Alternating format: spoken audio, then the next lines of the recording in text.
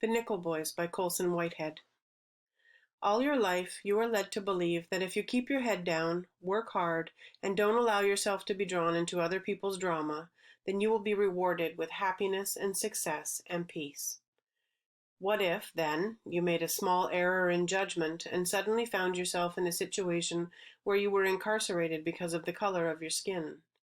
As the reality of your situation sinks in, and you realize you are trapped in a grotesque chamber of horrors, where the staff beats and sexually abuses the students, and resistance is likely to cause you to disappear out back and never be heard from again, what might that do to your sense of self? Would it break you? In Florida from 1900 to 1973, nearly 100 boys between the ages of 6 and 18 died and were buried in unmarked graves at a reform school called Arthur G. Dozier School for Boys. The boys who made it out of the school alive told stories of torture and rape, and the graves were only discovered after the school was closed in 2011. When the remains of those boys were exhumed, their bodies showed evidence of savage beatings and bullet holes.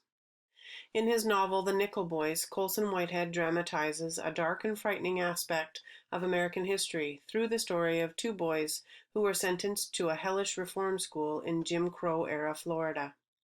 This story shines a powerful light on one of the worst aspects of American history, institutionalized racism, and a society that would condone the existence of such a place, but also the political and social structures that legitimized such horrors as went on there.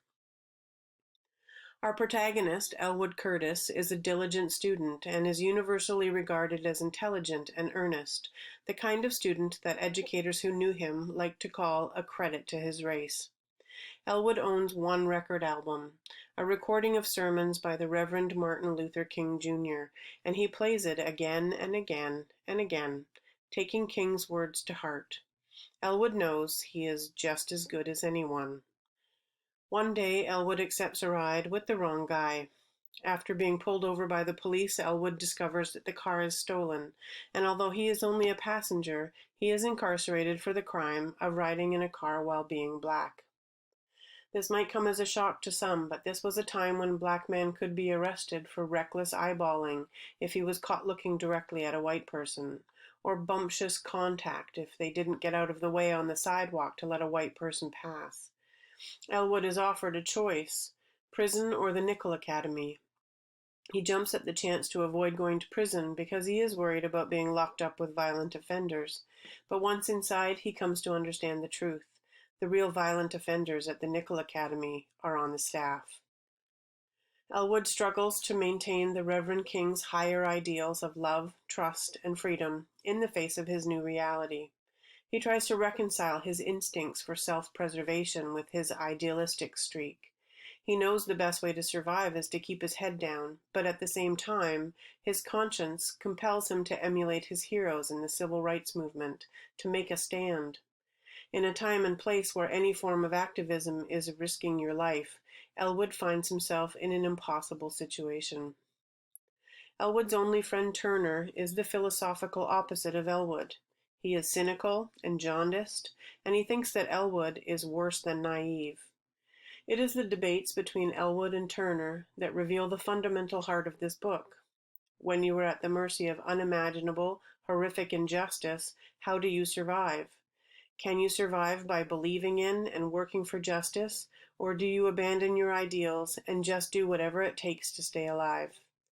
The tension between Elwood's ideals and Turner's skepticism leads to a decision, and the repercussions of this decision will ripple through the generations.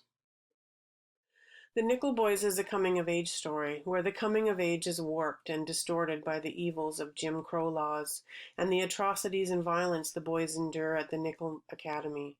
This is a beautifully written, powerful book, and it is a page-turner. You never forget that Colson Whitehead based this story on true events.